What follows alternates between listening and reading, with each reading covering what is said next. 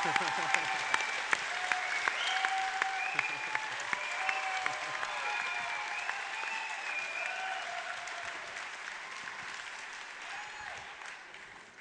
nā iwi, e nā reo, e nā karangataha maha no nā ho e whā, tēnā koutou, tēnā koutou, tēnā koutou katoa Aotearoa. Tonight we welcome the world to the Auckland Town Hall. We are meeting at the democratic centre of New Zealand's largest city, and we are here to celebrate and to protect our democracy. Courtesy of the internet itself, this hall from tonight will represent a symbol of democracy for the whole world. We are all neighbours online. As the leader of the Internet Party, I am proud to welcome all of you and to extend the welcome of Aotearoa to Glenn Grenwald. Yes. Thank you. Thank you very much. Woo! Yeah! Give it up! Settle down.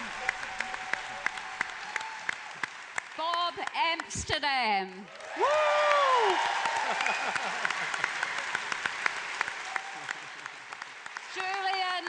Julian Assange. Woo!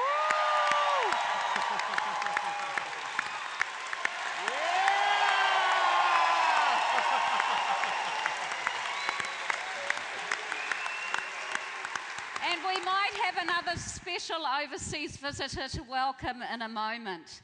To Dotcom.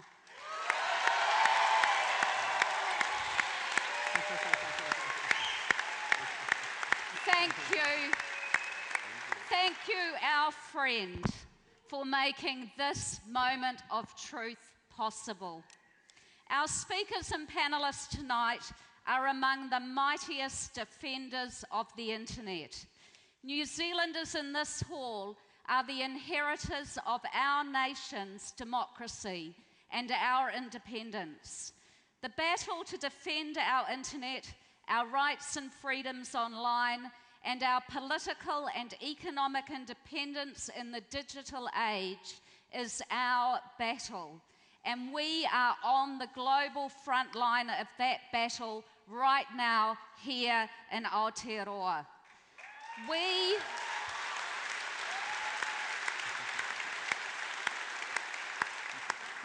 in New Zealand know what it means to lead the world in the interests of human rights and freedoms.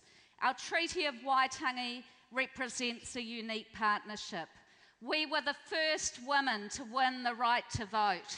Yeah.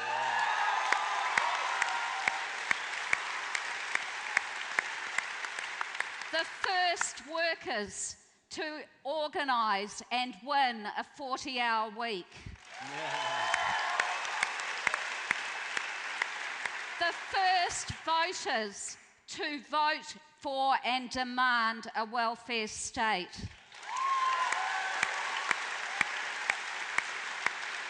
Our own government sent a protest ship into the French nuclear testing zone, and it was our anti-apartheid movement that sent a little ray of sunshine into Nelson Mandela's prison cell in 1981. Yeah.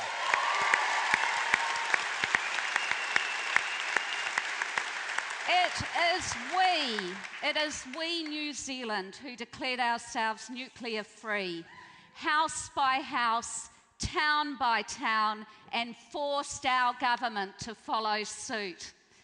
Each time difficult and disruptive people, academics and journalists have spoken truths that the powers that were did not want to hear. Each time it has been the persistence of a few that has been transformed into movements of the many. And it is those movements, those victories, that define more than anything else what it means to be a New Zealander. Now, Now it is our turn again. Tonight we will hear from Glenn Grenwald, Bob Amsterdam, Kim Dotcom, Julian Assange, and perhaps another very special visitor. Whānau, I would like you to join me in welcoming again our guests and our panel.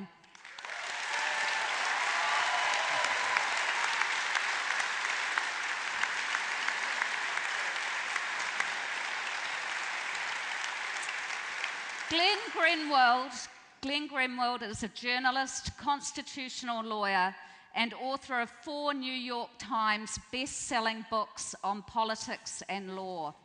He has won numerous awards for his investigative reporting, including the Pulitzer Prize for Public Service for the NSA reporting he led for The Guardian. Tonight, he will draw on the Snowden archive in our moment of truth about mass surveillance in Aotearoa. Please welcome Glenn Grenwald. Yeah. Thank you very much.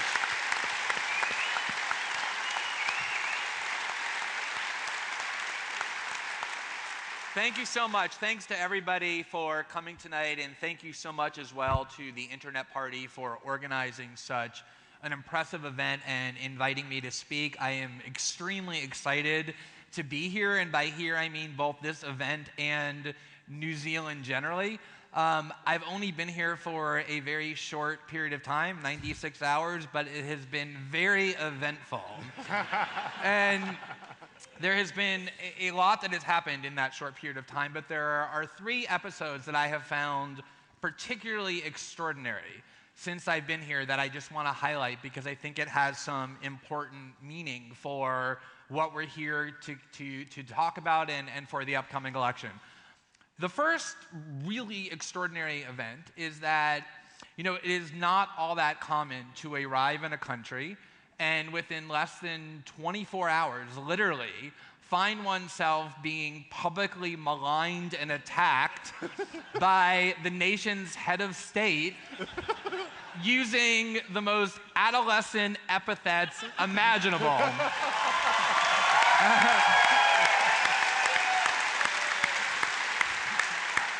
Saturday was my first full day here in New Zealand, and I was welcomed by being called literally on no less than a dozen occasions a henchman by the nation's prime minister. And today, earlier this morning, he descended even a little bit further into the muck by crowning me a loser. Something that I don't think I've been called since I was like 14 years old. So it brought back a lot of really good memories. And the really amazing thing about it is I have done reporting over the last year and couple of months on the NSA and on global surveillance as a result of the documents that were furnished to me by my source, Edward Snowden. And the New Zealand government certainly is not the first government that has disliked the reporting that we've done. And they're not even the first government that has tried to distract attention away from the substance of the disclosures by trying to attack the journalists personally in order to discredit the journalism. But what is unique about New Zealand is that in every other country where that was done, it wasn't the head of state that actually spouted those insults. They get underlings or representatives or minions to do it because generally heads of state are very concerned about appearing dignified and statesmanlike. But I don't know, I guess in some warped way, New Zealanders should consider themselves blessed to be led by a person who has completely unburdened himself with those concerns. I mean, he has no interest at all in dignity or statesmanlike behavior whatsoever. And,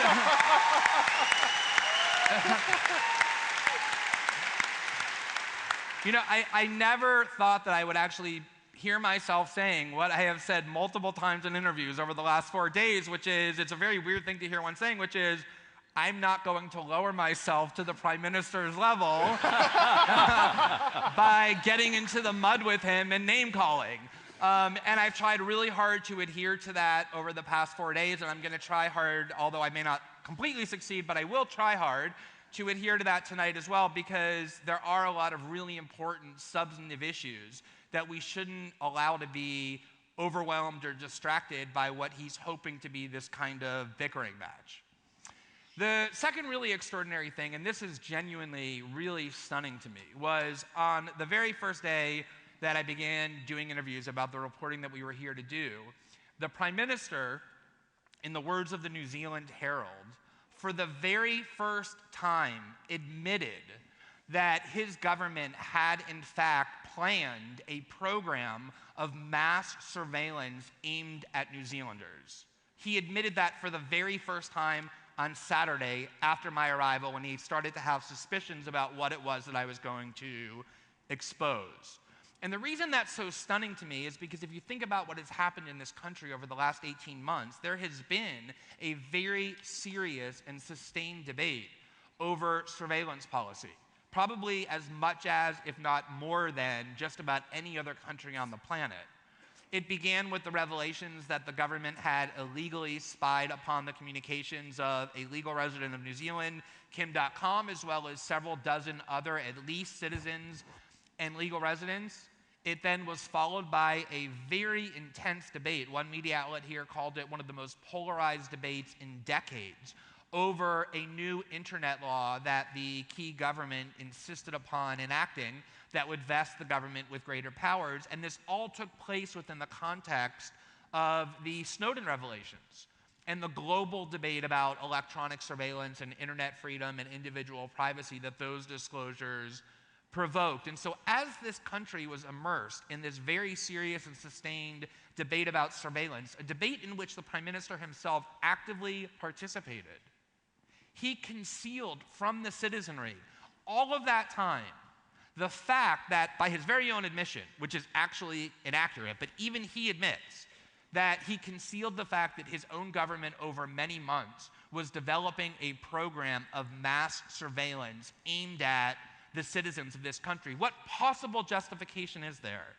for having concealed that for well over a year until my arrival compelled him to finally admit it because he knew it was going to get exposed anyway? I find that genuinely stunning. The third really amazing episode that has happened just over the last 4 days is the Prime Minister's vow that he made in similar interviews and over the last several days, that he said he was going to declassify information in order to prove that in this political dispute that has arisen, he is actually correct.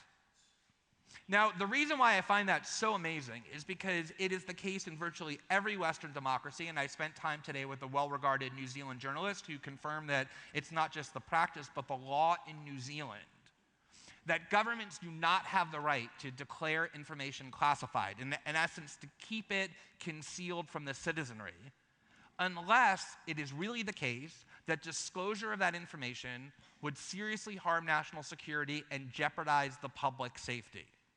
So what he is essentially saying is that there is information that his government decreed to be classified on the ground that its release would jeopardize the public safety, that he is now going to release because he thinks doing so would be helpful to him politically. I have never before seen that in my career as a journalist. I mean, I have seen other governments, including my own in the United States, release classified information for political reasons, but they at least pretend that they're doing it for the reasons that the law says. They say, well, we're doing it because national security would be helped if we were to disclose it. Prime Minister Key is very shameless, very clear about the fact that he's not releasing that classified information for any reason other than to defend what he called this morning his reputation and for political gain.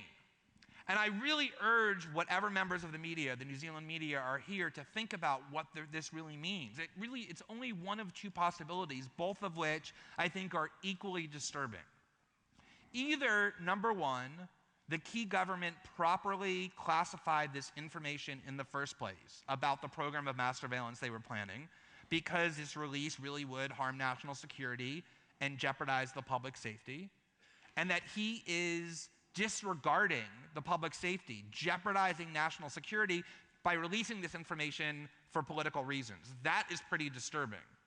The only other alternative is that this information should never have been marked classified in the first place, because it was being hidden not for national security reasons, but to conceal from the public what it was that this government was doing in planning mass surveillance aimed at the citizens of this country. It either is only one or the other, and I really think the Prime Minister needs to be held accountable to explain to the public which of those two it is.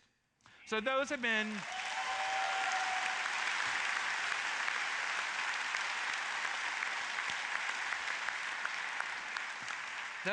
the sort of the three most stunning and extraordinary episodes that I've encountered. There are lots of other ones, but I had to pick the three most. I want to spend a little bit of time talking about a question that I've heard a lot over the last 4 days, which is, why am I here? Why am I in New Zealand doing this reporting in the lead up to this national election? And I just want to quickly address a couple of conspiracy theories that I have heard repeatedly tossed about, not by random internet users, or at least not only by random internet users, they've certainly tossed them about, but by the government of New Zealand itself. The first one being that I am here because I have a compelling interest as a foreigner to interfere in the election and to manipulate the outcome. Now, I say this with the utmost respect for the great nation of New Zealand, whose natural beauty I've heard so much about and which I've always wanted to visit. But I promise you, as an American citizen who has spent the last 10 years living very far away in Brazil, I have spent very little time studying the domestic political disputes that take place in New Zealand. And I have never evinced any interest at all in shaping the outcome of which political party here ends up acquiring power. The idea that I got on a plane and flew 40 hours across more time zones than I can count because I suddenly developed this urgent desire to manipulate the outcome of New Zealand's election is, I would think, a theory so frivolous that no one could really say it with a straight face. The other theory that I've heard quite a bit, and that has actually been articulated on numerous occasions by the Prime Minister himself, is that I'm here because I'm being paid to be here. Now, the reality is that when I was invited to come and speak by the Internet Party, they contacted me and they said, I know it's a big ask, it's really far away, but we would love for you to come and speak. As an expert on surveillance, as somebody who's done a lot of reporting, we will pay you your standard speaking fee and we'll pay your expenses. And I said, look, I think it would be better for you not to pay me at all. Just take the standard fee and donate it to a charity that we agree upon. And we've looked at a couple.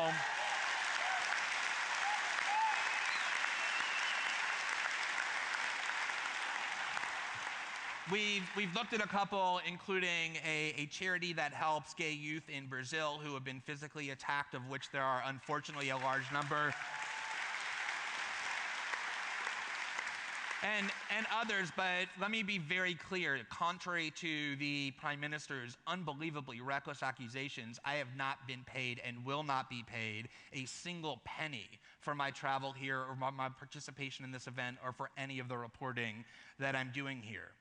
Now, what I think is really interesting, and I think it's important to think about this, is a lot of times people who make accusations about other people's hidden corrupt motives are actually saying very little about the people they're accusing, but saying a great deal about themselves. Yes.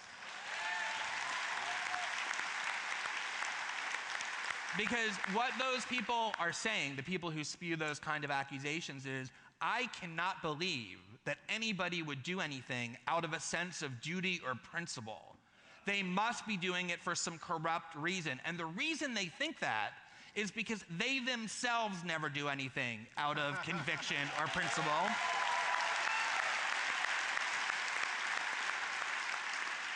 And so they believe that everybody else is plagued by the same pathology of soullessness that plagues them. The reason that I'm here in New Zealand is actually very simple. It's because as a journalist, generally, and as the custodian of the Snowden archive specifically, I genuinely have an obligation that I take very seriously, which is to report as best I can around the world in a way that informs people in the highest impact way possible of what it is that their government has been doing to their privacy and to internet freedom completely in the dark. And it is absolutely the case that I'm aware and was aware when I agreed to come here that there was a national election, because I want to do the reporting in the context of an election, because that's when the citizenry is most engaged. And had I waited until the election to be over to do this reporting, I am certain that I would have heard from all sorts of New Zealanders who would have been angry with me, rightfully so, and would have said, why did you wait until after the election to do this reporting rather than doing it before, when we could take it into consideration in deciding which political factions we want to vote for? As for why I'm at this event, I am not one of these journalists who believes that I have to go around pretending that I have transcended the human experience and am free of opinion and subjectivity, or that I'm neutral on the question of mass surveillance. I think and have been very honest about the fact that mass surveillance is a serious menace to all sorts of important political values. And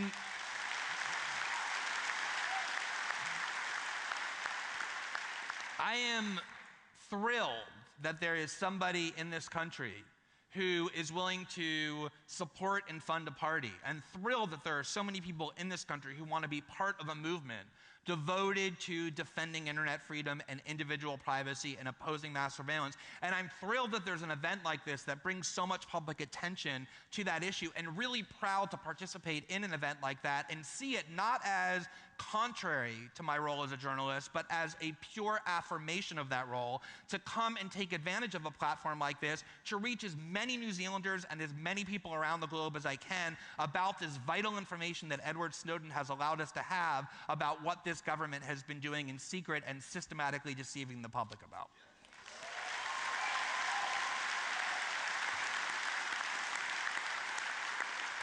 So, with all of that out of the way, we arrive at the thing that I think ought to be the most important part of the discussion tonight, which is the substance of these revelations.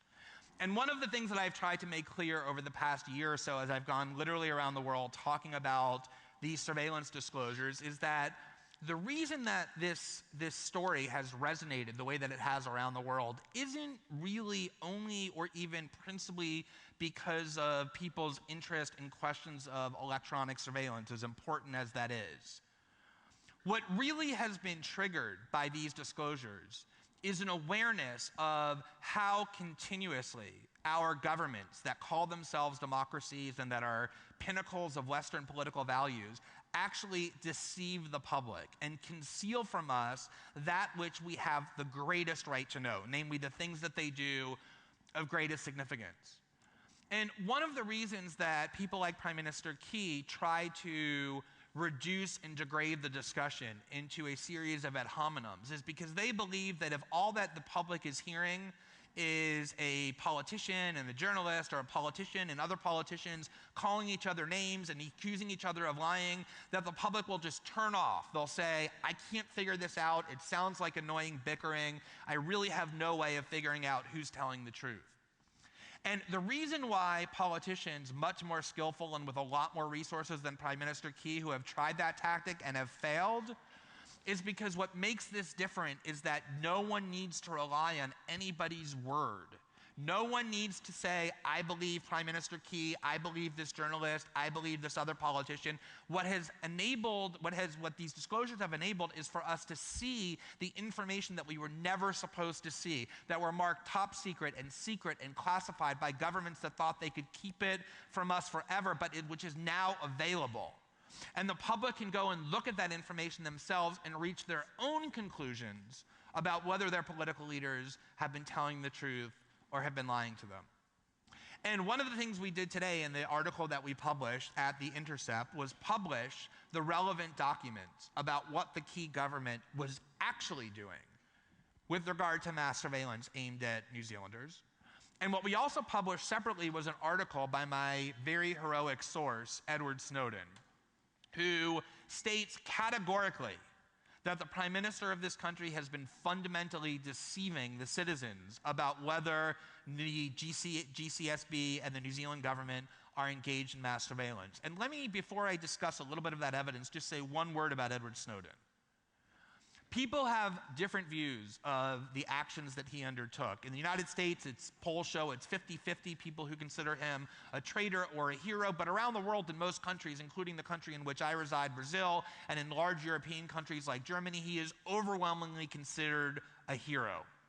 But put aside whatever your views are on the actions that he undertook, even his harshest critics have not been able to say that anything that he has claimed about surveillance is either unreliable or untrue. His record of accuracy, that the things that he has said have proven to be true, is almost entirely pure and complete and 100%.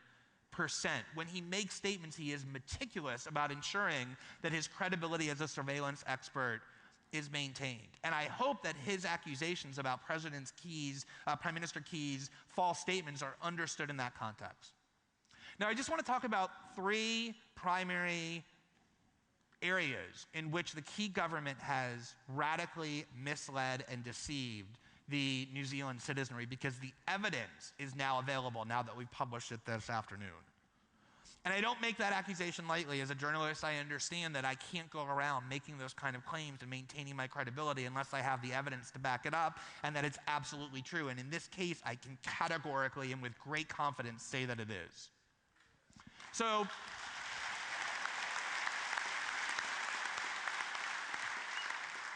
the first area where he has radically misled the public are his statements just over the last 4 days.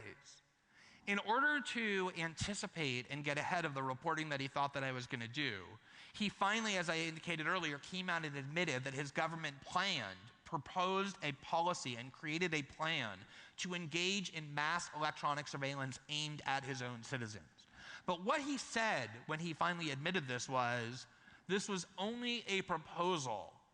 It was only a business plan. It was simply an idea of the kind that governments throw around all the time, but it never got implemented and it never got approved because I, Prime Minister Key, when I learned about it, intervened and said, no, this goes too far and this cannot happen. Now, I don't even think New Zealanders need evidence to know that that's an absurd scenario, but I'm fortunate enough that I actually have it. And the evidence that I have is evidence in which the NSA is discussing internally what it is that they're told by the New Zealand authorities about what this project is and what its status is. And the project was codenamed Project. The project that we're talking about, which is a project of mass surveillance, was discussed and labeled as underway by the NSA. Not in development, not as an idea, not as a proposal, but underway. So if we could put the first slide up on the screen that we published today, which is an NSA slide that was previously top secret.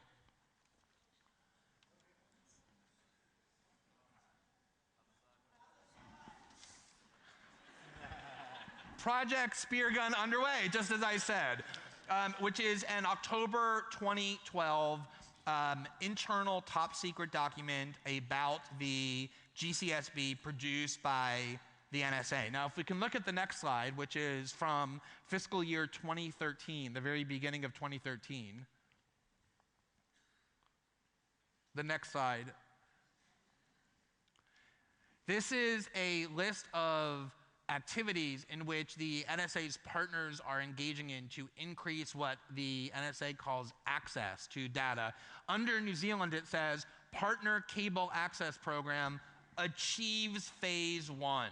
Phase 1 of that policy has been completed as of the beginning of 2013. So you have a program that is actually underway, Phase 1 of which is now actually completed. Phase 1 involves access to the cables that connect New Zealand to the rest of the world and that transmit internet data. So for Prime Minister Key to stand up and say, oh, this was just a mere proposal, it's the kind of idea that gets tossed around but it was never actually implemented, the documents that we published today and the reporting that we did makes clear that that is an outright falsehood. This was a program that was officially embraced and adopted and implemented and steps taken to bring it into reality.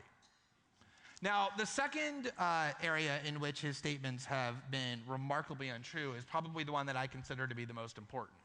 I have spent a lot of time over the last 3 or 4 months as I've done the reporting on New Zealand, paying great attention to the debate that took place in this country over the proposed new internet bill that was introduced by the key government and that passed by a mere 2 votes in Parliament, 61 to 59 in August of last year. And the reason that that debate fascinated me so much was because, as I said earlier, it was, as you know, incredibly polarizing. There were mass public protests against this new internet bill. And the only way that the key government got the public to agree to accept this bill and got the parties in Congress to pass it by 2 votes was because Prime Minister Key said over and over unequivocally, this law does not give us any new powers. It does not allow us to engage in metadata collection. It does not allow us to engage in mass surveillance. Because he knew that if the public was aware that this bill actually did that, it would never have passed. So in order to get it passed, he told the public over and over, this bill is essentially harmless. It just restates what we've already had the power to do in a clearer way and provides added safeguards. Internally, however, the key government was saying exactly the opposite. What they were saying was, in order for us to do this program of tapping into the cables and doing mass metadata collection, we need one thing. We need to have this new law passed because that new law will empower us to do this type of mass surveillance for the very first time. And if we look at the next slide, another one of which we published today, it describes what this cable program was supposed to be, and it says GCSB's cable access program, Speargun, phase 1, which we saw in the prior slide, has been completed. It says, awaiting new GCSB Act, expected July 2013, first metadata probe mid-2013. The New Zealand government's position privately was the exact opposite of what they were saying publicly. Their position privately was that the bill would give them, for the first time, the power to engage in mass surveillance aimed at New Zealand citizens. There were legal experts who were saying that. Prime Minister Key insisted that they were wrong, that it would do nothing of the kind, and these documents show that he was not telling the truth. And what I hope that anyone in the New Zealand media who is here or listening will do is to ask Prime Minister Key this question. He has said and admitted that his own government was preparing a policy of mass surveillance in late 2012 and early 2013 prior to the enactment of this law. But any program of mass surveillance during that time before this law was passed would have been illegal. It was against the law before this law was passed for the New Zealand government to spy on its own citizens or to engage in mass surveillance. Leading to the question, why was his government proposing and designing and implementing mass surveillance programs, which by their own reasoning was against the law? And the only answer that he can give and that he will give is he will say, well, we were expecting the law to change. We were expecting this law to pass that would then allow us for the first time to do that. But unfortunately for him, that is exactly what he denied the law would do over and over and over again to get this law enacted. Now, the last area that I just want to cover is the area where I think his deceit is clearest, and that is on the question of whether or not the GCSB engages in mass surveillance and whether or not New Zealand citizens are subject to mass surveillance, propositions that he has vehemently denied both in the last 4 days and over the last 18 months. And what I would urge everyone to do is to go and read the article that was written today by Edward Snowden, in which he describes not documents that he's seen, but actual firsthand experiences that he has had as an analyst at the NSA, including stationed in Hawaii, which entails the Pacific region and Asia, much of which is the same overlapping activities that the GCSB engages in. And he talks about how he has seen and interacted with enormous amounts of metadata about the communications activities of New Zealand citizens, much of which has been contributed and analyzed and processed by the GCSB. Exactly the kind of mass surveillance that Prime Minister Key not only vehemently denied was being done, but which he promised he would resign if it were determined his government were actually engaging in.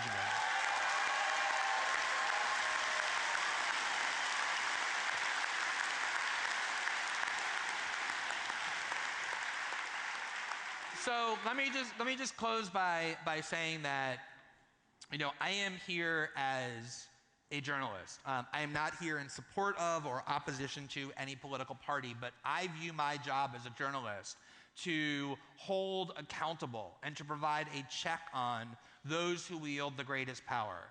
And the way that that is done, in my view, most properly is by scrutinizing and investigating the claims that government officials make rather than just mindlessly and uncritically repeating them. If you want to mindlessly and uncritically repeat government claims, you should go work for the government as a government spokesperson.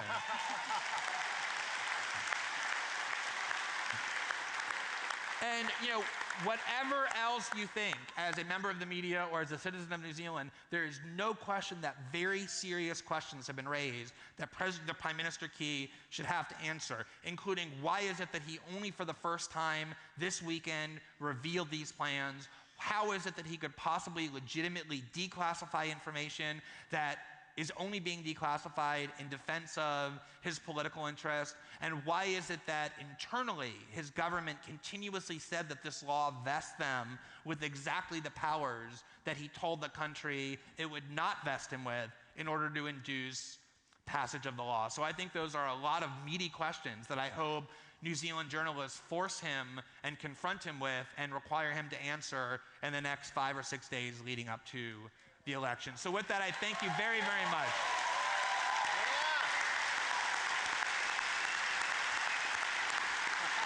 Thank you. I'll introduce him.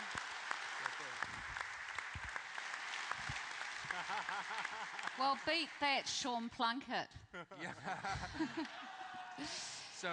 Ladies and gentlemen, since we started this panel, we have been joined by a former NSA subcontractor whose disclosure of thousands of documents revealed the scale of global surveillance on a level never imagined before, generating global indignation over the theft of individual privacy under the pretense of national security.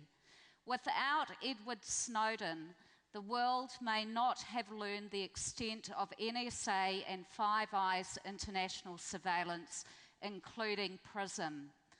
Edward Snowden has been the recipient of numerous awards in recognition of his efforts as an internationally recognised whistleblower to promote transparency and accountability in government.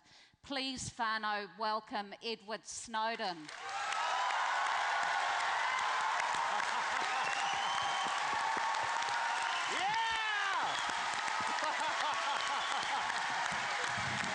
Hello, New Zealand.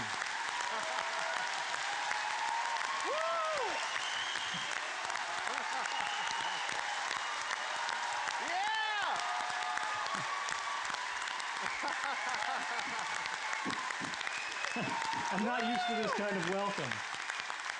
And Ed, I've got to tell you that we're in the Auckland Town Hall at the Democratic Centre of the biggest city in New Zealand. We have a packed hall. There are 800 people who have not been able to get in tonight. They wanted to hear you. We owe you our gratitude. Thank you from Aotearoa. Woo! Thank you. And now I think your old mate Glenn has a few questions to ask you. I do. The journalist in me will never die, and when I see Edward Snowden, I need to start asking questions. If I could actually get one thing in there, I just want to point out, it was interesting that you said the town hall event's taking place in Auckland, because we're talking about mass surveillance, we're talking about everything that's going on, and the fact that the Prime Minister has denied that there is no mass surveillance in New Zealand, that these are only cyber protection programs, and even though they were contemplating them, they never went forward. He heroically put a stop to this at the 11th hour, and none of us know what's going on. But you know, there are actually NSA facilities in New Zealand that the GCSB is aware of, and that means the Prime Minister is aware of. And one of them is in Auckland. Another one is in the north of the country, but I'll leave it there. Glenn, please go ahead. Yeah, so...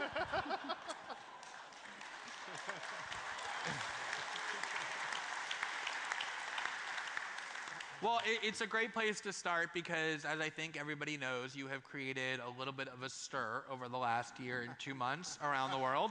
But you have specifically created a stir here in New Zealand with the article that you wrote over the last several days for The Intercept that was published just a couple of hours before we convened here, in which you made some very strong statements about the ongoing evolving debate taking place here in New Zealand, including your statement that for multiple reasons, Prime Minister Key's claims about the GCSB not participating in mass surveillance, New Zealanders not being subjected to mass surveillance are, as you called them, false statements. Could you talk about, based on your own personal experience working within the NSA and the Five Eyes infrastructure, what your basis is for those conclusions? Right, absolutely. I think one of the key things to get out in the beginning is to say, when the Prime Minister is making these statements about there is no mass surveillance, people can disagree about what this is, what it's not. You're always entitled to your own opinions, but you're not entitled to your own facts. When the bulk collection of private citizens' communications, emails, text messages, location data, metadata, calling records, what you order online, what you buy, who you talk to, who you love, what you do, when these things are collected by any arm of government without an individualized, particularized suspicion of wrongdoing, on the individual level, that is a violation not just of rights on the national level, but of human rights that are not given to us by government, but are inherent to our nature. And so when he says this isn't occurring, I think what's happening... Thank you. I think what's happening is a careful parsing of words. He's saying this isn't mass surveillance, even though, you know, GCSB is collecting all of your information, they're sharing it with NSA. NSA is doing it and then providing that same information to us, so we don't have to do it domestically. We don't have to collect it domestically. We just get to search their copies of our citizens' data. He's saying it's not surveillance because as long as, you know, in these trillions of records that are collected, not every single record is read by a human being when they come in the morning like it's email. But even that is not entirely true, and it's inaccurate in many ways. So when I worked at the NSA, my last position was as an infrastructure analyst. You can think of it as sort of a state-sponsored hacker, where what you do is you look at network infrastructure, you look at routers, you look at all the connection points, you look at companies, and you look at targets around the world, and you figure out how their networks work, how they fit together, and how to break into them. You're basically sort of a burglar casing the joint. That was when I realized the absolute scale of how deep this went. Because when I was doing this, I would see the communications of individuals from around the world. I could be looking at a system in Japan. I could be looking at a system in Germany. I could be looking at a system in New Zealand. And what was incredible was the fact that I could see records of the communications of people around the world from every country comprehensively. The way it works is X key score is what you can think of as a sort of a, in technical terms, a federated search system. What it means is the NSA, along with the Five Eyes sort of alliance, which includes New Zealand as a significant part of it, to put a system of sensors around the world. You can think of these as tapping devices. Some of them are cable taps. Some of them are well, what's been reported are cable taps so far, so let's leave it there. But there's a network of sensors around the world where it's racks of equipment. They don't have to be at telecommunications providers. The Southern Cross gentleman said, there's no way this could happen. You know, we would know if it happened. We would see it. We would have evidence of it. We would have to be complicit with the government. There's no way to tap a fiber optic cable without us knowing about it and without it taking our cable down. But we've seen over the last year, the NSA has done this around the world. in countries that we're allied with and countries that we're not. So I would have to ask that gentleman, what makes your company unique out of every telecommunications provider in the world that you would know when the GCSB, when the NSA are tapping your lines and no one else can? But the key is, you've got this network of sensors around the world, and then I, sitting at the NSA in Hawaii, come in the morning, I type in my search. I look for, let's say I want to read John Key's email. I enter his email address, and it sends that search to every one of these sensor networks around the world. And they search their local database of metadata and content. The content of all communications that pass through these sites is held for about 3 to 5 days, depending on the storage, and it's constantly going back further and further in time as we gain more capability. So I can see everything. I can see what book you looked at Amazon.com, last week. I can see who you talked to. I can see who your friends on Facebook are. I can see the text messages you sent. I can read the emails you wrote. And I can set up things that are called fingerprints that allow me to track where you've been on the web, who you're talking to, even if you're using sort of anonymizing technology and so forth. Now, what's interesting about these sensor networks is when I'm typing in this search for an email address, I say where in the world, which of these sensors I want it to go to. And I know that there's mass surveillance happening in New Zealand because one of those checkboxes, one of those sensor networks, is in New Zealand. So when John Key or anyone in the New Zealand government says there is no mass surveillance in New Zealand, and they wave cyber protection programs around or whatever they want to call it, they talk about Project Cortex, they're distracting from the main question. When a journalist hears, oh, there's no mass surveillance in or in New Zealand, they need to follow up, they need to press, and they need to say, Mr. Prime Minister, what about X key score? What about the GCSB's involvement in X key score? What about New Zealand's involvement in the X key score mass surveillance program? And to this day, he said, I won't talk about this. I won't talk about this because it's related to foreign intelligence. But is it related to foreign intelligence if it's collecting the communications of every man, woman, and child in the country of New Zealand? And maybe the people of New Zealand think that's appropriate. Maybe they think that they want to sacrifice a certain measure of their liberty and say, it's okay if the government watches me. I'm concerned about terrorism. I'm concerned about foreign threats. We can have, people in every country make that decision because that's what democracy is about. That's what self-government is about. But that decision doesn't belong to John Key or officials in the GCSB making these decisions behind closed door without public debate, without public consent. That decision belongs exclusively to the people of that country. And I think it's wrong of him.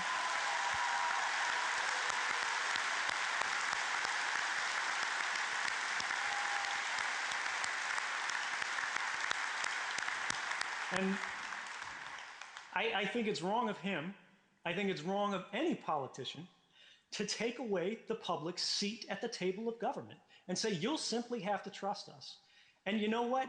It's not in the public interest to know about these programs, unless it threatens my reputation, and then I'm going to throw classified documents in the air like I'm Julian Assange.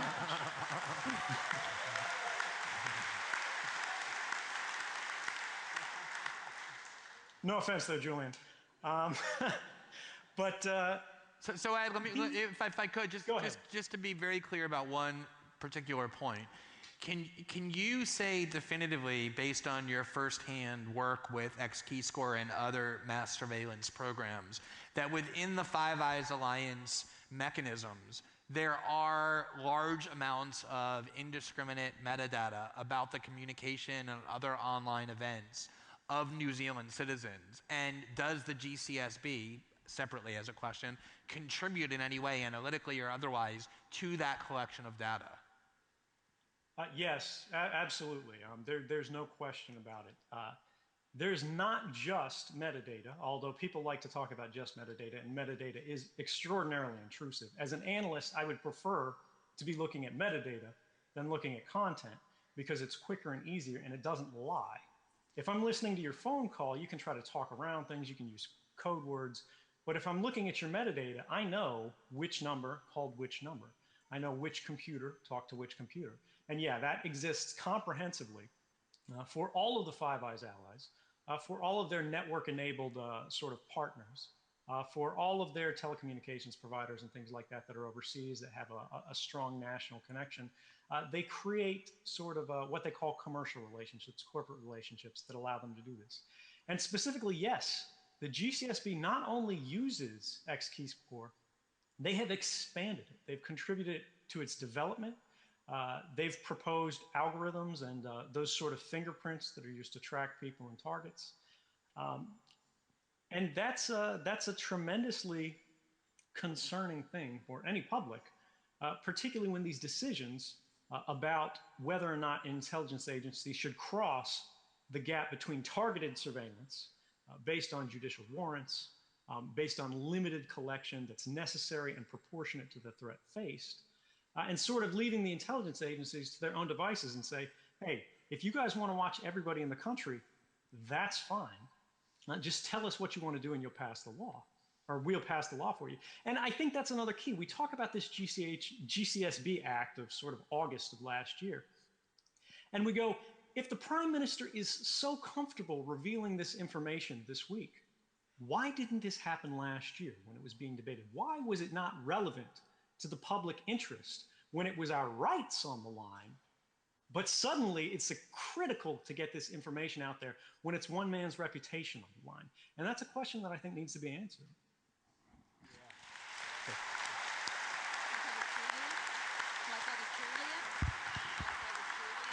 Yeah, well, I think it's good for him.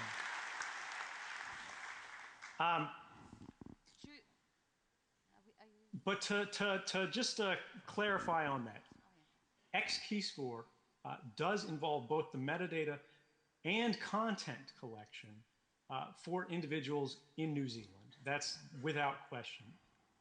Citizens of New Zealand have their private communications in this database, and people in the GCSB, people in the NSA, people at the Canadian CSEC, people at GCHQ, in the UK and DSD, in Australia, they all have access to these communications.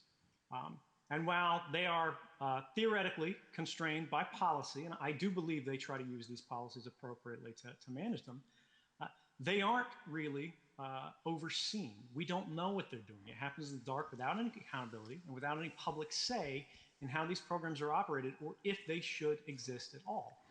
And it's very concerning when a foreign intelligence agency like the National Security Agency can propose a law to be put in place in New Zealand for the GCSB, which is the August law that was passed last year. And the GCSB can start basically proposing programs that are unlawful at the time they're being considered and say, hey, pass a law to make this legal, and we're going to go ahead and put this out here immediately. Why are they considering programs that are not legal? You know, these are things that the public has not just the right to know, but the responsibility to know, because how can the government have the consent of the governed if they don't know what's going on? You know, consent has to be informed to be meaningful, and I think that is the problem that we're seeing in New Zealand today. It doesn't matter necessarily if there's mass surveillance in New Zealand, if the people said that's what they want. But for it to have been concealed, and for the highest officials in government to have been party of that, and now to be changing their story day after day after day about what they knew, when they knew, and why it happened, this should cause everybody to be asking questions, not just about, you know, what's going to come out next, what are we going to learn, you know, what have we been lied about, but more importantly, what are we going to do about it? The reality is, everyone in New Zealand's private communications are only protected by a single checkbox, a checkbox that says, please don't show me results from people in New Zealand. And that does exist in X-Keyscore. You know, these intelligence services do have the opportunity to say, I don't want to see this. But after you run one search and you don't get the results you like, you uncheck the box and you're allowed to then see everything. So the question becomes, is it right for our governments to have the opportunity to know everything about us, even if we're not suspected of any wrongdoing, to collect everything about the most private details, the most intimate details of our lives, without us having any knowledge of it, without us having any say over it, without us having a vote on it. And then to play politics with it, but when it becomes a matter of public interest. And I don't know what the answer is. I'm not from New Zealand. I'm not going to back any parties. This is for every individual citizen in every individual place to decide the kind of societies they want to live in. But if the government is checking boxes off about our lives and how we're going to live, I think election time is when we get the opportunity to check boxes about them. Woo! And in New Zealand, that's coming very soon. Are you going to go to Julian? Okay. But you're going to go to Julian. Yeah. Can I thank him? Yeah, you got one. I'm going to bring Julian Assange into the discussion now. Of course.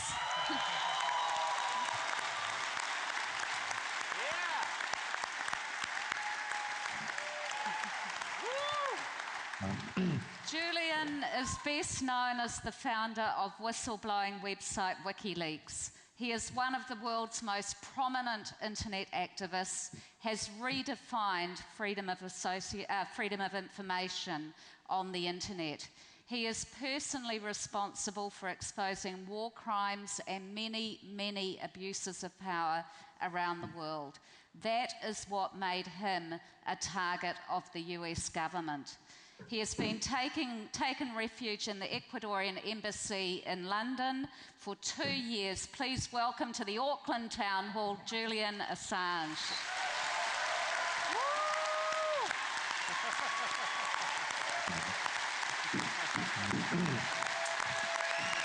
Thank you, New Zealand. Can you hear me? We can hear you. Right. You might be able to hear, as I speak, a rather loud banging sound. You'll be pleased to know you're quite popular has acquired, here. it seems, the flat underneath the embassy and are busy tunneling, believe it or not, right at this moment. We actually tried to buy the flat underneath to expand the embassy, but it was blocked rather mysteriously. So first of all, I'd like to thank Glenn for excellent presentation, and I'm very pleased Edward could make it. I know there were quite some difficulties actually getting him on technically, so I'm pleased that all came to fruition finally. But I thought we should put things in a bit of context, because a lot of detail has been gone into tonight, and sometimes it's hard, sometimes we lose our way in seeing what sort of society that we're evolving into and how this development has come about. First of all, New Zealand has a very important historical contribution to the understanding of the Five Eyes Intelligence Alliance and mass surveillance. In fact, really, like many other things that happened in the like many other things that happened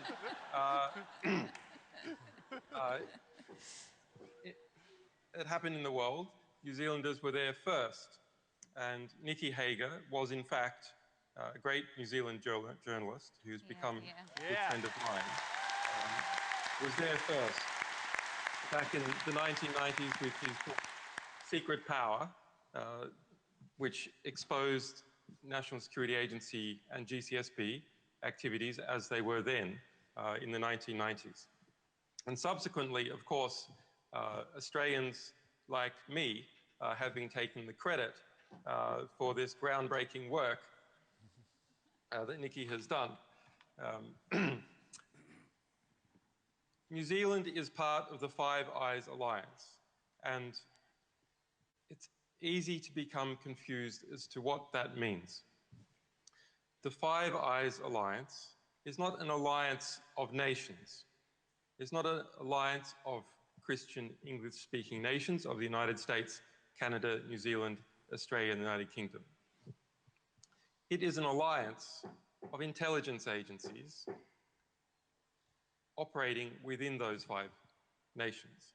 Now, it's often presented as if those 5 nations have come together and decided they want to engage in mass surveillance of the rest of the world in order to empower their citizens the most, geopolitically and in terms of terrorism and foreign intelligence.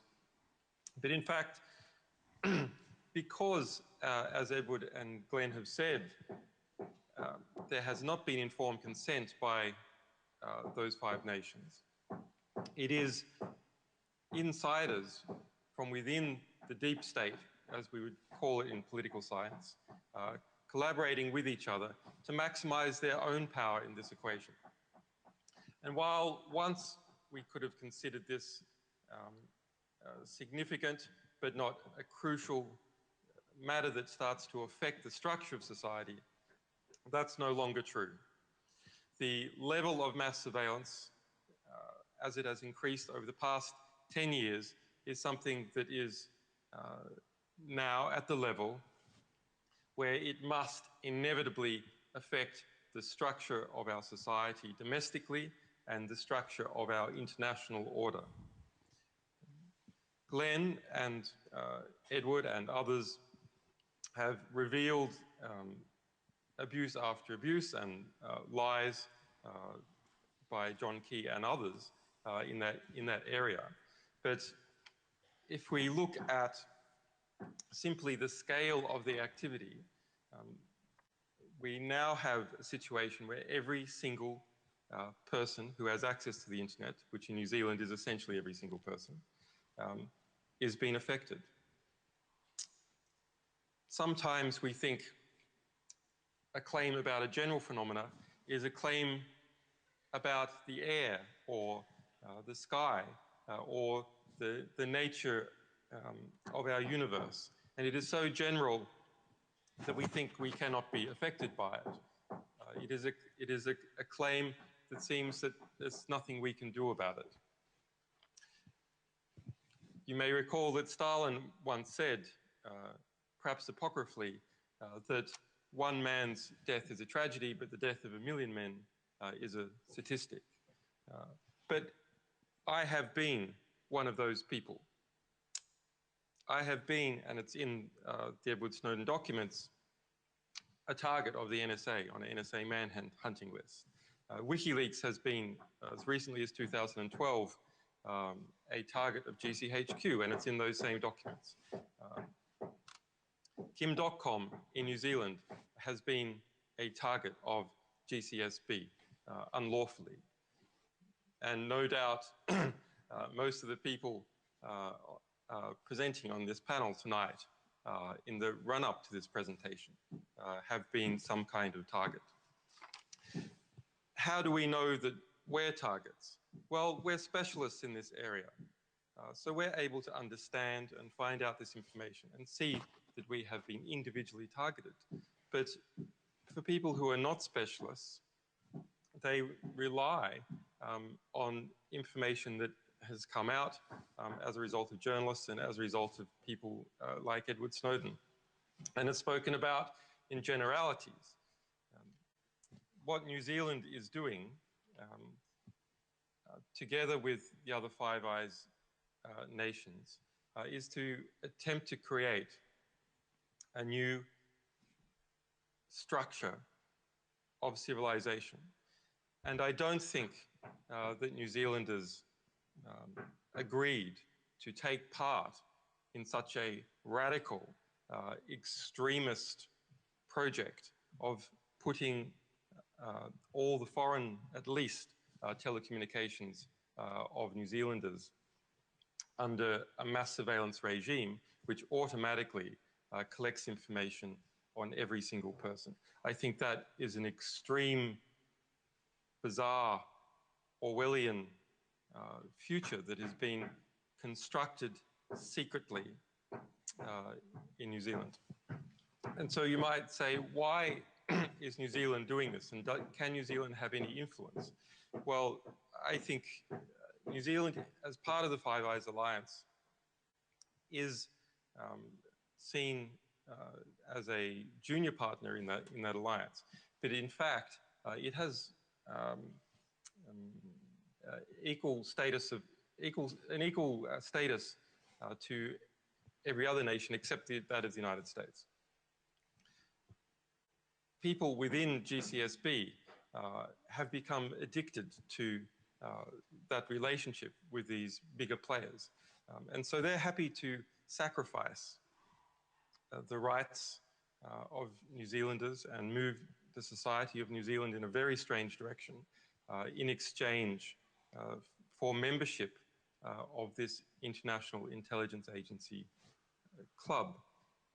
It is a network of patronage that exists internationally and operates without proper oversight of government. Even in the United States, as Glenn has shown, there is no proper oversight. So having looked at the development of the Five Eyes Alliance over that long period of time and how governments actually behave in practice with our diplomatic cables work, I want to reiterate what Glenn has talked about specifically in relation to John Key, that this is how things are done at this level. It is all backroom deals about how to construct laws, the place of intelligence agencies and international alliances between intelligence agencies, not between countries, in the construction of those laws, how to subvert monitoring of the behavior of intelligence agencies and their functions. New Zealand historically has shown significant will to be a more independent state. Despite its size, it is an island nation. It is able to have its own political culture. And that political culture resulted, for example, in the banning of nuclear weapons and nuclear-powered warships coming to Australia. The National Security Agency was used as a vehicle to take revenge against New Zealand, to coerce New Zealand into coming back into the acceptance of nuclear power in New Zealand by cutting off the flow of information to GCSB, or claims of doing that. But as some of you might remember, Nikki Hager showed that, in fact, that secret flow and access to this old boys club of intelligence agencies continued in the background. So we have a bizarre example there that even the desire to punish New Zealand for its nuclear stance was subverted by these very intelligence agencies. So they will subvert the democratic will in relation to mass surveillance, and they'll even subvert attempts by US authorities operating in a different dimension, namely anti-nuclear policy, to punish the GCSB. Covert intelligence agencies, by definition, are designed to operate outside proper scrutiny and outside the law. And so they cannot be trusted. And the people who get into bed with them in any significant way also cannot be trusted. Yeah.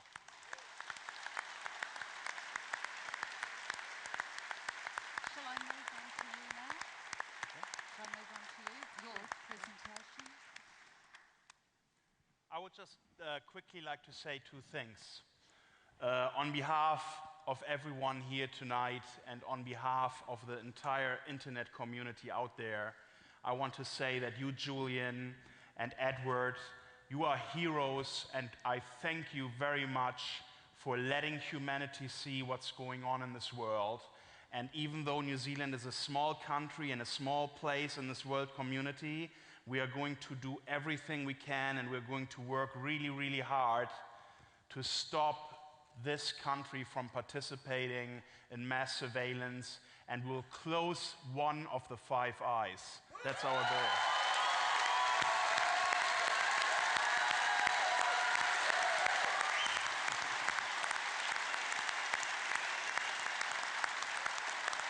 If I may just give a personal comment on Kim Dotcom's situation. So, yes, I've been very interested in the National Security Agency and mass surveillance program for 20 years and have been writing about it in various ways over that period of time. But the situation with Kim Dotcom in New Zealand, for me, is also personal because we share the same prosecutor and have done for a number of years in Alexandria, Virginia. You want to say hi? Woo! Didn't get us yet, huh? So I understand what is going on there, and I understand the injustice of that situation at a very personal level. We shouldn't look at the 5 eyes and the activities of the National Security Agency in isolation. This is part of a broader hegemonic agenda by these institutions, not by the United States, but by these institutions that operate in an anti-democratic way and the networks of power associated with them. Coupled together with mass surveillance is an extraterritorial move to apply certain aspects of US law to as many countries as possible. So, for example, why am I being investigated by a grand jury in the United States now for the past 4.5 years, and some of my staff as well? How is that possible? I'm not an American citizen. We don't have a company registration in the United States. Well, because we publish US government documents. And that is the claim jurisdictionality, which these groups operating out of Washington are going to apply coercive force to me and my staff in the rest of the world. Similarly, for Kim Dotcom, something along those lines is happening, which is those groups operating out of Alexandria, Virginia, connected to broader power factions in the United States, are applying their law into New Zealand, taking control of the New Zealand police force to coerce actions within New Zealand and pluck out people, residents from New Zealand, to other states. When you control the surveillance systems of another country, when you hack en masse into the computer systems of another country, and when you are able to control its police forces, you have, in fact, proceeded with annexing that country. And that is what is happening to New Zealand. It is being annexed by the major power factions centered in Washington, D.C. And that's a real problem for New Zealand, and it's a problem for the rest of the world. And it's a problem for me personally and Kim Dotcom. There's more than 69 nations. It's bragged about by Neil McBride, our shared prosecutor.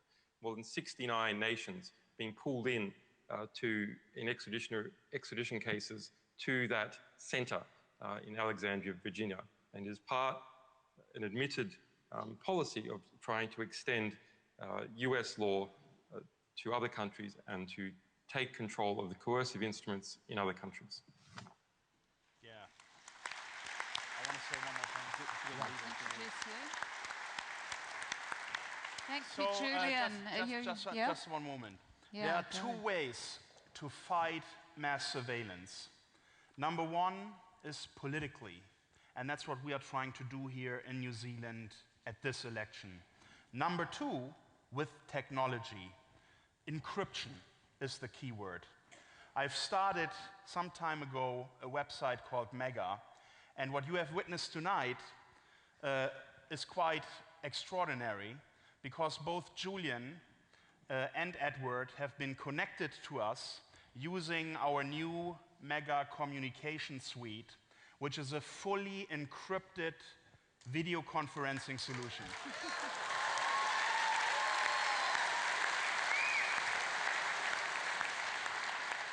So I'm really passionate about keeping everybody's data safe. Not only can you transfer files completely privately and securely through Mega, you can now also communicate with a Skype-like client on steroids, completely safe and web-based. It's not a program you install on your computer. This runs through an internet browser.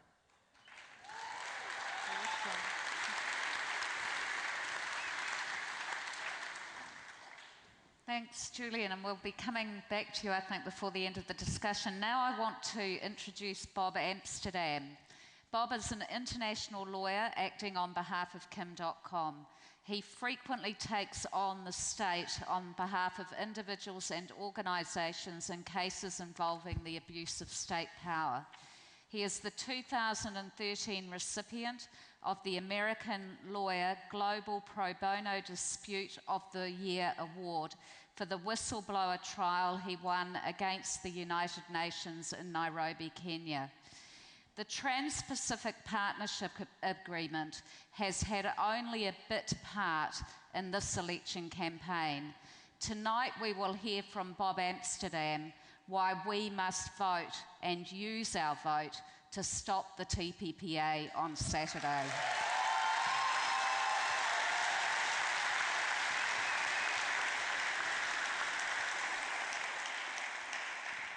Well, look, I want to thank you very much for allowing me to speak tonight. And I want to thank you, Kim, for the privilege of representing you in what is, for me, something of a unique situation, having a political trial in a first world country. And in fact, I've been looking to try to explain what happened in this case and how a government like the Key government could behave. And you know, I went to a bookstore here, and I went to the racy section of the bookstore, and I found perhaps an answer. It's a new book about John Key, and it's called Portrait of a Prime Minister by John Ruffin. And I'm going to take a moment to read you the first paragraph. This is how the man introduces your Prime Minister. First paragraph. On a summer's evening, shortly after New Year 2014, New Zealand television news channels carried a tantalizing glimpse of the country's Prime Minister holidaying in Hawaii, playing golf with the President of the United States. In polo shirt and shorts, John Key watched his son Max sink a putt and receive a high five from Barack Obama. New Zealand's diplomats were agog. This was FaceTime beyond their dreams. How had it happened?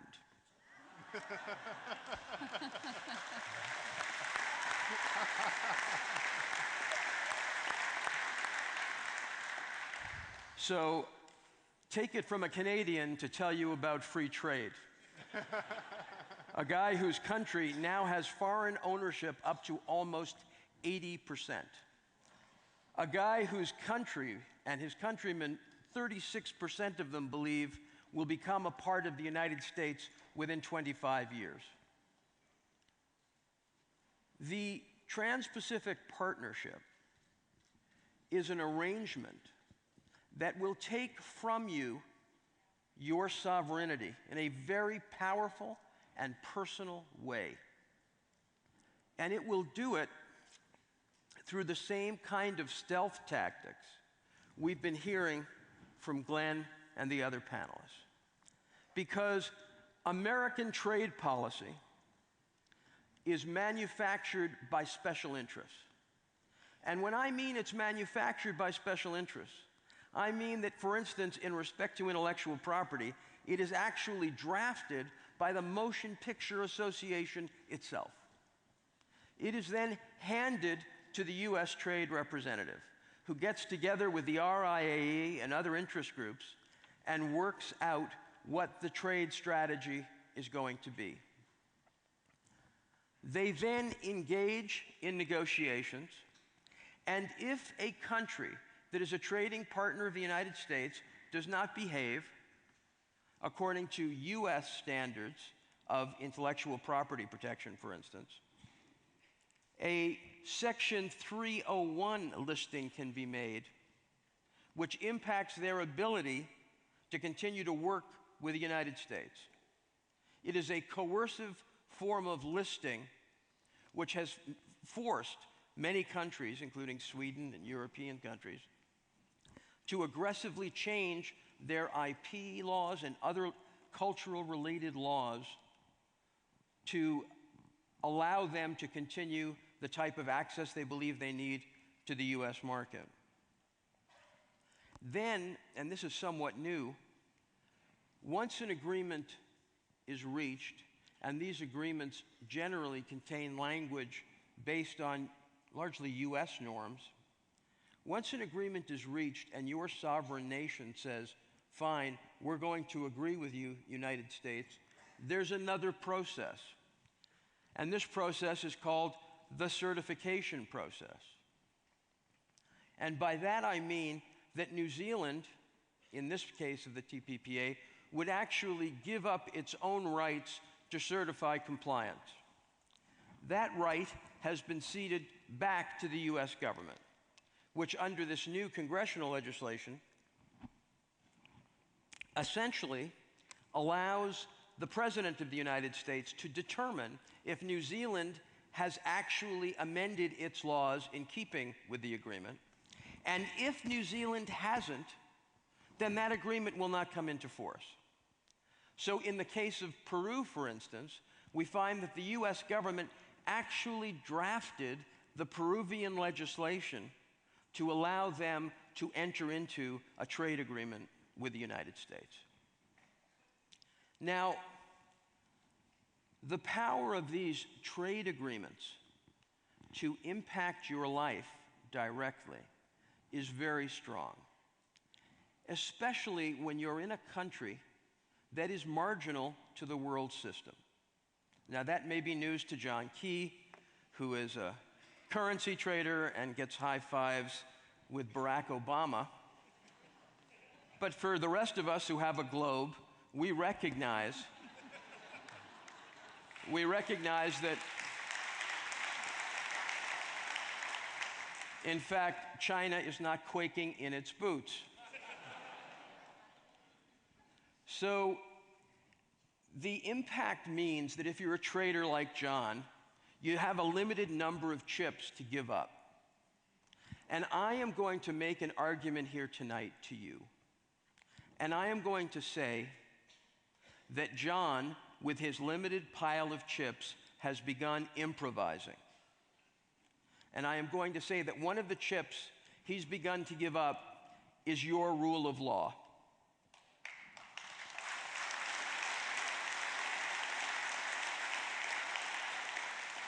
Now, fortunately, I'm not alone in saying that, because I don't like, as a Canadian, to come into another Commonwealth country and, absolutely despoil their politicians and their laws.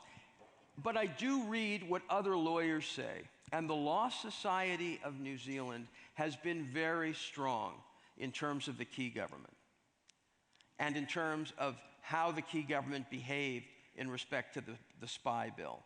So strong that they went to the United Nations to complain. That should be warning all of you. That should be worrying all of you, that your law society felt it had to take that step. And what it complains of is the ways in which the government is using emergency type or speedy powers to pass legislation. Now, I have to tell you, I'm privileged to represent the Red Shirt movement in Thailand. Now, the Red Shirt movement faces one of the world's disproportionately largest armies. And when I'm on the streets of Bangkok before the coup and I speak to the Red Shirts, one of the things I say is, how can you have more generals than the United States of America? Who's attacking Thailand? So I say to you, as I hear the word terror on the streets of Auckland, who's attacking New Zealand? And how How long are all of us, as educated citizens of the world, going to allow our politicians, whether they use color codes or today's an extreme day, don't look too closely at the guy next to you because the terror level is high. Oh, today's only a immediately difficult day. Perhaps just avoid ethnics. Our governments are trying to alienate us from each other, and they are using terror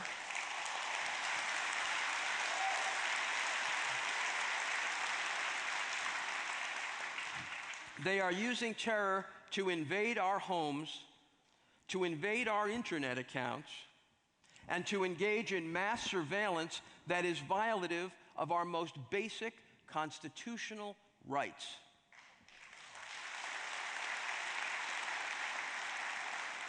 And let me tell you something. They know that we know that they know that we actually don't know who the terrorists really are in our societies. I know that's sort of a keyism, so I wanted to throw that in here. Because what they have done is they've made our lives more dangerous.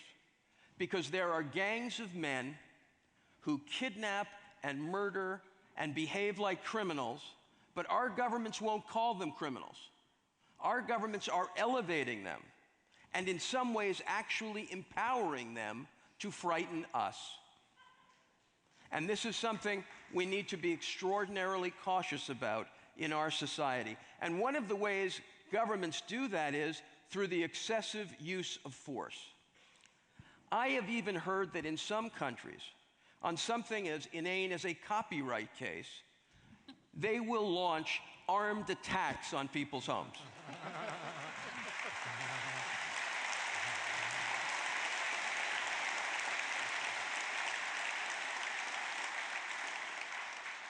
Now, in this global war on culture that has been launched by the internet industries of the United States on all of us, I'm pleased to say I represent one of the first victims, one of the major victims, Kim.com, in an extradition brought to you by the Motion Picture Association of America in conjunction with Warner Brothers. In fact, you should be aware that his indictment was actually brought to the DOJ, not the other way around. And this is something to be aware of in respect to the Trans-Pacific Partnership Agreement, because it empowers big business in a massive way. Because you see, all those businesses that are talking to the trade representative, they're very smart and they're very well funded. And they've agreed amongst themselves in all of these countries that they need secrecy so we don't get pissed off. So they've given that to themselves. They have agreed to negotiate in secret and keep their documents secret for 4 years. Now I ask you, in a democracy involving your most basic economic and socio-political needs, is that really how these critical trade agreements should be negotiated? But this is what your government has agreed to. This is how these negotiations are already taking place. So this issue that Julian has spoken about, which is the U.S. extraterritorially legislating, occurs in the trade agreements, but it also occurs in many of the new conventions internationally on legal issues that have come out as well. And there is this export of American law and the militarization of justice that has occurred that it does not comport with Commonwealth values. Those of us blessed to be in the Commonwealth actually have some very important human rights doctrines that we have in addition to our own constitutions. And that is the various agreements, like the Harare Declaration, that give us expanded rights. And I would ask us all to look at those, because in respect to the situation that we're in now, we are, as Professor Yar speaks, we are in a period of moral entrepreneurship. Large corporations are criminalizing what they see as violations. For instance, infringement disputes that were heretofore civil in nature have been criminalized so that the power of the state can be directed against individuals. And the companies don't have to spend all those dollars on lawyers. Better than that, let's freeze somebody's assets so the son of a gun can't hire lawyers to defend himself. And then if an incredibly resourceful individual starts a new business after we've thrown him in jail, destroyed his life completely, and he's had to start from scratch, then we're going to go and we're going to try to seize any possible asset that guy may develop in the future. All with the passive acquiescence of the guy who does the fist bumps or the high fives with the American president.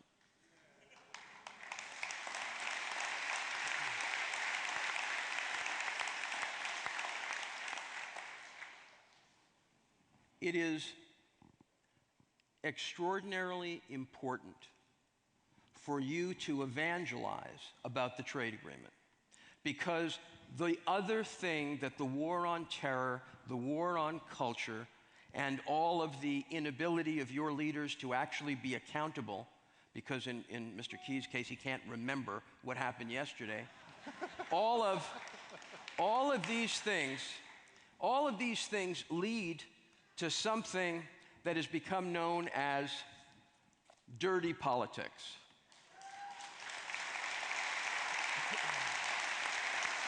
Now, I'm going to tell you, and I'm going to sadly admit to you, that I'm old enough to remember Watergate. And an organization under President Nixon known as the Plumbers. And I remember Watergate well, because in Watergate, the question was, when did the president know what?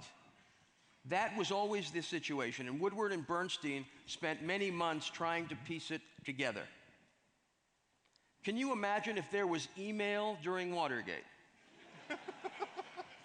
Well, this is what Watergate looks like on email, ladies and gentlemen.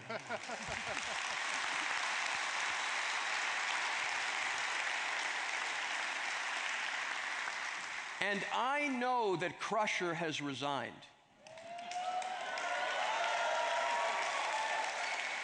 And by the way, I have to tell you that I think it's kind of funny to have a justice minister named Crusher in the first place, but even with Crusher resigning, we need to understand that the system isn't purged if it has a systemic cancer by only one amputation.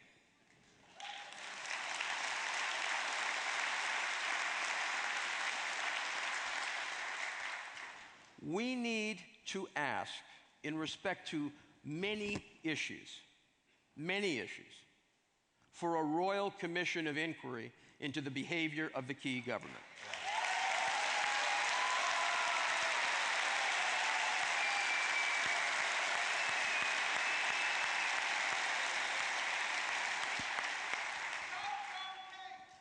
Today,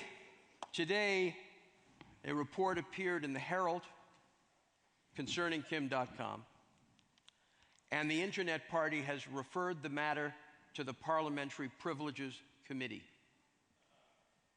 And we intend to cooperate with Parliament, and we intend to do everything possible so that not only in respect to Kim, but in respect to the massively important issues of state surveillance we've heard tonight, that a proper investigation is made of all of these issues before whatever government is constituted in the future. Do not accept narrow terms of reference.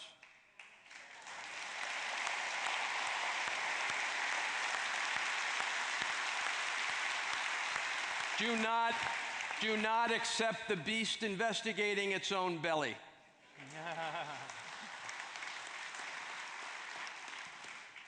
What is critical to understand in the era of the internet and in the era of mass surveillance is that your prime minister, who is inherently a traitor,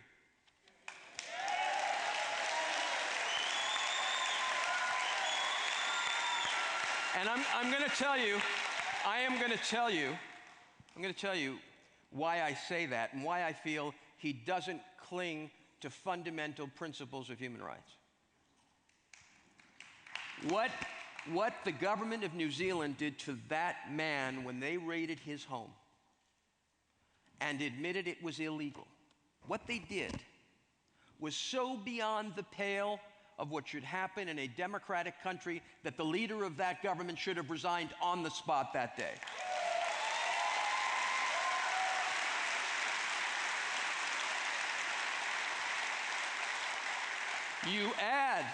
You add this incredibly political case to the mass surveillance that's been uncovered this weekend. And more importantly, for us who believe in democracy, and I know that may be a smaller and ever smaller group, because I've even heard people on the radio say if the Prime Minister lied, well, maybe it's okay. We really need to come together and put the feet of the next government to the fire on the issues of what are our fundamental rights that cannot be traded away. And if once again, through this asymmetry of power, the party that has control of the spy agencies can use the spy agencies to get information and pull discrete information about their political opponents and then feed them to various blogs or whatnot in a coordinated campaign. If this can happen, we need law on the books that during an election period, no spying or activities can go on in respect to any New Zealander who could possibly be seen as a political competitor. Because let me tell you something about mass surveillance and about your trust in this government or any other government, doesn't matter what the party is. Even if you trust this government, history shows that when a government becomes empowered with the control of information, it will ultimately turn against its own citizens.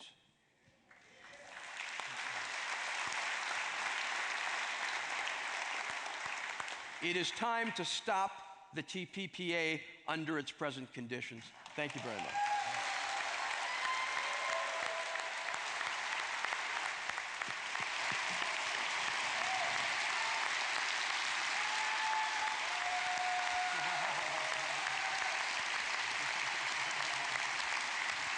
You are awesome. Thank you. This has been incredible. Thank you. Well, what an extraordinary evening. 3 modern prisoners, Dotcom, Edward Snowden and Julian Assange in our town hall. Two warriors, lawyers, a journalist, warriors for our right to know and our responsibility to hold governments around the world accountable for honouring our human rights. Thank you. Thank you, everybody. Thanks so much. Thank you, Bob.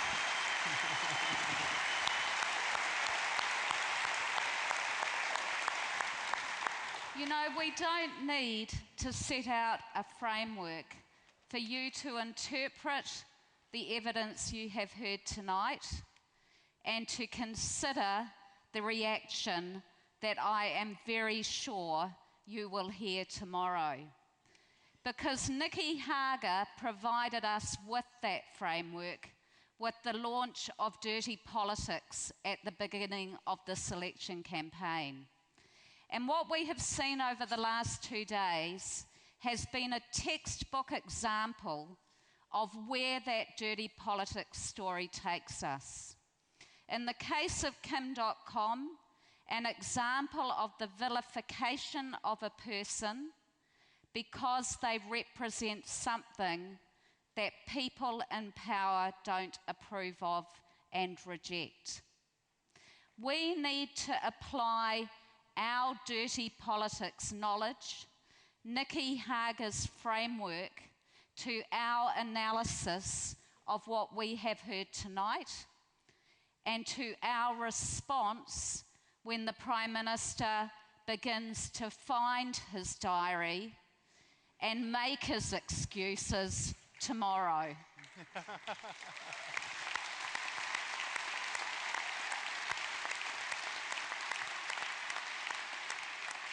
Progressive politics is above all, and more importantly than anything else, an educational process.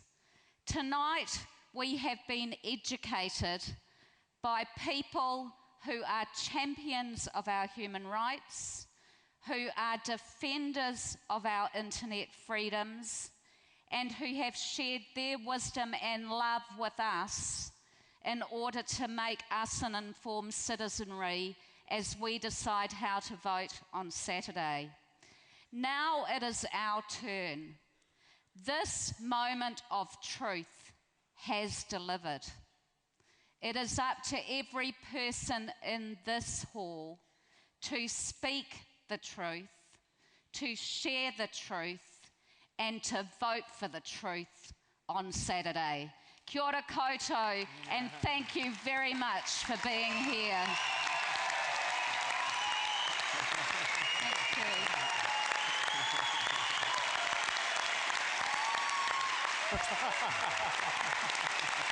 Awesome. Now we go. Yes.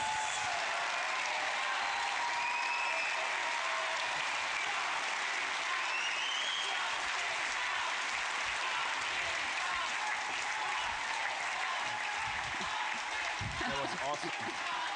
That was great. That was so good. Thank you so much. Yeah. Well, that was pretty cool, wasn't it? Snowden was incredible. Yeah. I think Edward Snowden. That was perfect. He did that this afternoon.